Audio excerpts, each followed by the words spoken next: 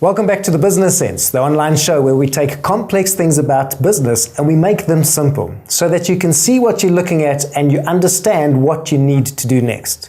Whether you're just getting started or you've been in it a while, but you need to take the next step, this is the show where we talk about tactics and tools. We share business insights and inspirational stories so that you can be empowered to take your business story to the next level. Today we're chatting business mastery, and we're looking at exponential results. With me in studio is author and professional speaker who specializes in growth-orientated mindsets and swift action mastery, Tony Dovale. Welcome, Tony. How's it, Robin? How are you doing? Good, thank you. Thank you for joining us. We're talking about exponential results. Yeah. What's so important about this to you? I think in the world that we have, with the competition coming from all corners of the world nowadays, with the internet allows us to be able to be, do, and have. The future is here already, but it's just not evenly spread around. And when you go to a company and you say, well, let's improve sales by 5% or 10% or 15%, there's nothing inspiring or exciting about it. And then the reality is most companies, that's not going to pull them out of the dwangs because they're flailing and floundering. And so when you start to bring a challenge, most of the youth today coming into work, they want some kind of a challenge, growth opportunities. And with the technology and the internet, why do something half when you can do it 10 times? And so that's the big, hairy, audacious goal of like, how do we go from 1 million to 20 million? And if you look at the history of how long it took companies to get to a $1 billion valuation, in the old days it used to take 5, 10, 15, 20 years. Today it's 2. What they call a unicorn. They're looking to like 1 year to have a $1 billion valuation. So I monitor them, I watch them, I help them, find ways to have a really great time, make a massive amount of money, but also make a massive amount of difference. Because if you're going to change the world, why do it in increments of 1 or 2%? Let's massively change the entire world. So let's be exponential, let's have fun, let's stretch out. We've got the brain power, we've got the technology. Let's put it together. So why did Tony design the SWIFT model for exponential result? SWIFT came out of, when I was 24, Wendy Evans, a friend of mine, said, you need to write a book. And I said, yes, I need to write a book. How do I do it? Research, write the book, go to America, they'll love you. 32 years later, I took action. So I knew what to do, I didn't do what I knew. And that's the problem with all people that I come across in business and personal, is we know what to do. Tony, say it again. You knew what to do, but I didn't do what I knew. We all know what to do, but we just don't have the feeling to do what we know. And also we're in overwhelm. You know, with the web today on your phone, your gardener's got as much information as you do. And so what do you choose? What's the right thing? What's the next steps that'll take you unequivocally to the goal and not a maybe? There's just too much choice. So then you took action. I met somebody and I said, if I don't take action now, I'm going to be a wannabe for my whole life. And I took action and I put fierce focus. I did in probably 12 weeks what I hadn't done in 30 years. I put my book together. The title changed from Rethink Your Mindset to a whole variety of things, which is now Swift Success, and the Swift is a model. I created my 6 CD set, my tools, all of these things because I then suddenly was set on fire and I had this fierce focus and I had like this huge turbocharge of time to step up. And I just wish it had happened sooner. I wish somebody had held me to the fire sooner. And I think, you know, we know from the work we do, we all have a huge potential. But there's so many distractions, TV and what I call nebulous stuff, that people spend their days of watching Days of Our Wives with that, what's that thing? The automatic income reducer. And so for me, it's about swift, strategic, and using your strengths. We don't try and fix what's the problem. Take your strength and build on that. How do we create a win-win situation? This I win, you lose kind of mindset, I just think is wrong. We have to change it. Even in our country, politically and business-wise, we need to work together. Otherwise, we're gonna die apart. But with integrity and inspiring. Business has got to be beyond more than money. Money is not exciting, long-term, sustainable thing, but something that inspires you, that's got meaning for us. And then freedom and fun, freedom time, freedom money, freedom to do what you want in our life. Not many people live there. And then T is transformed. beyond just the transactional. Transform truthfully and trustworthy, because that's one of the biggest challenges, trust in the world today, in businesses today. So I'm hearing a really nicely worked out model to take swift action. Is one more important than the other? I think it's like a recipe. They're all important to get the final part of the process. So if you focus on one more than the other, you're going to get a result. It may not be the result that you want. But the whole core of my book is around how do you apply that model, because we now know that mindset matters more than skill set. So many people hire people for skills, and then they fire them because they have the wrong attitude. And the real wisdom is hire for mindset. And there are 20 qualities of mindset that managers want and need in a business today. And then you train the skill set. But it's a simple recipe, and that for me is the value. Is I've taken the time, I've taken 35 years of wisdom and distilled it down 1, 2, 3, 4, 5, beyond the millions of things that you can do. I've spent millions doing stuff that didn't deliver what I wanted. How do you choose? You can search into Google for leadership. How do you choose what's going to actually help you grow and develop and achieve exponential results? There's specific things that you need to do. Tony, the person listening to this is probably a startup, or they're a small, medium, micro enterprise. They're in it for a while, but they really need to take the next step. And if you think of them and you think of Swift, what's important about Swift for that person? I think anybody that starts a business is they've got a few screws that they need to adjust and balance. Being an entrepreneur is a challenge. It's a hot kitchen. It can be a lonely place. You put everything on the table. You risk your life savings, and 90% of the people crash and burn. And for me, that's like, wow, think before you leap.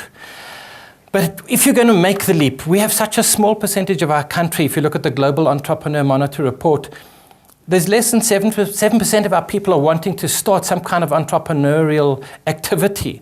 And we need way more than that. We've crashed by 30%. But the people that are out there, we have two kinds. We have opportunity entrepreneurs like you and I. We see a market, we see an opportunity. We have skills and resources, we can act. But there are also the necessity entrepreneurs that are doing stuff just to survive. And we've got to find a way around that. But for either of those, the number one thing that will get you through the storm, through the rain, through the hail, is your mindset. That resilience, that grit, that focus, that fierce. If you go to my PC at home right now, I have 2 screens, and I probably have 75 windows open on both screens. And so I need that focus. And I actually have one of those sand timers, and I turn it over for 30 minutes, and I focus fiercely. And same for an entrepreneur. What are your strengths? Where you don't have strengths, get a buddy, get a partner, outsource that. But take where your strengths and your power is and focus fiercely. But do stuff that's inspiring, that's world-changing. Don't make it because you can make money. Do it because you're going to have impact in the world beyond just putting money in your bank account. But also, I always worked for freedom, but I wasn't clear in what kind of freedom I was looking for. So having that clarity of the goal, what are we working for? That's inspiring, that every single day incrementally, you can achieve anything. I asked my people in my workshop the question, can you eat an elephant? And most people instantly say, no, you can't. But you see, there's a trick to the question. First of all, it's the wrong question. It should be, how do you eat an elephant? Because it helps the brain. But it's simple, one bite at a time.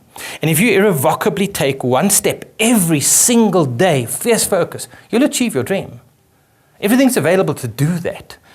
But also be trustworthy. I think in a world where people's word is so little, and when we do research into companies, trust is one of the biggest causes of stress and non-performance for the organization, right from the leaders right down, and we see it in our country as well. Be trustworthy.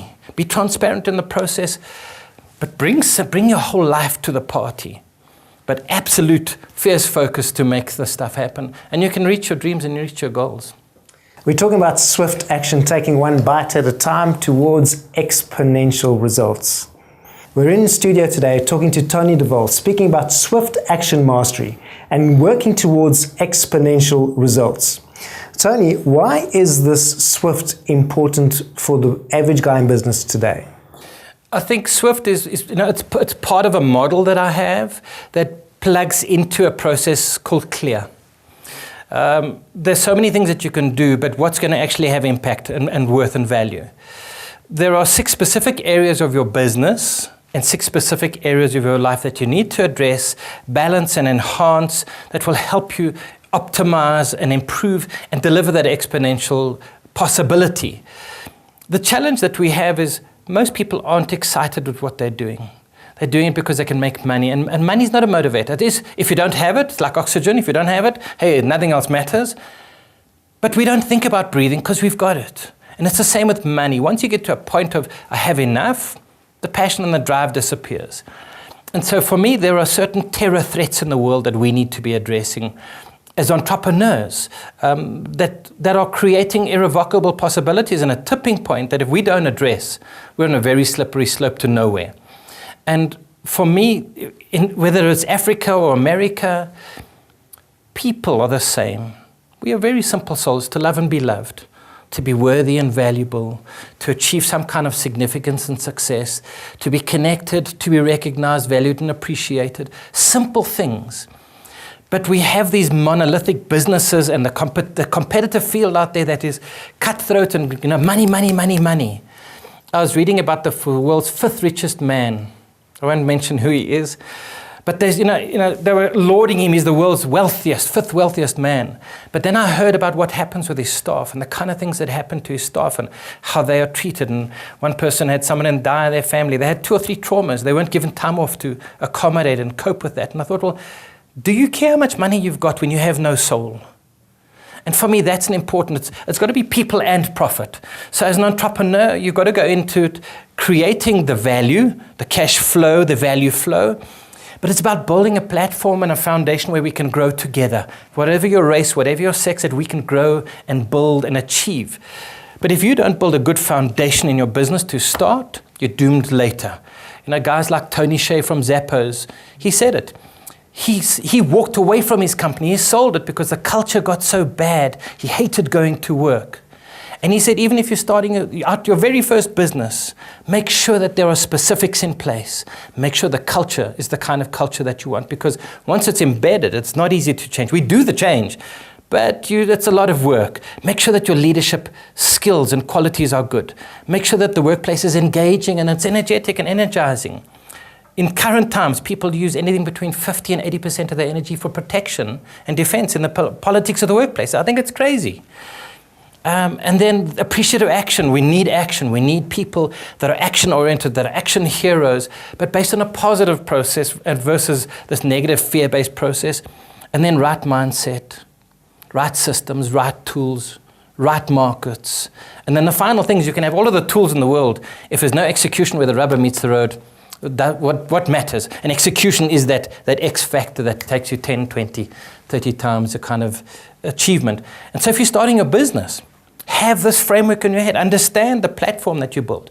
What kind of culture? Tony, if we're starting out, what are the first 3? What are the 3 most important ones that I can Well, there's so many things. What is your target market? What is your product and service? Let's talk about Swift. If I want to take Swift action, for me, number one is 3 things? Make sure that your own mindset is right. Do you have the resilience? Do you have the resources? Are you going to be able to stay through the storm? Do you have the strengths needed to make this successful? And can you outsource for your weaknesses? Focus fiercely on building the right culture. Hire for the culture. Have a clarity of what is my culture going to look like? What do we accept? What don't we accept? What does that game look like? Have a daily routine of what kind of action are we going to do, what kind of accountabilities, how do we measure, manage, and monitor, motivate, and inspire those people. So create a system. Like McDonald's, have a system. Rather than haphazardly getting into your new business office at home with your phone and your PC, like, okay, so what am I going to do next? So having a plan of what you're looking to do. I'm not structured. I'm the worst at structure. I'm an absolute maverick. I bought a car on an auction one day, and I said to my fiancée the next day, come, we're packing, we go to Mozambique the next day. She says, but we haven't got bookings.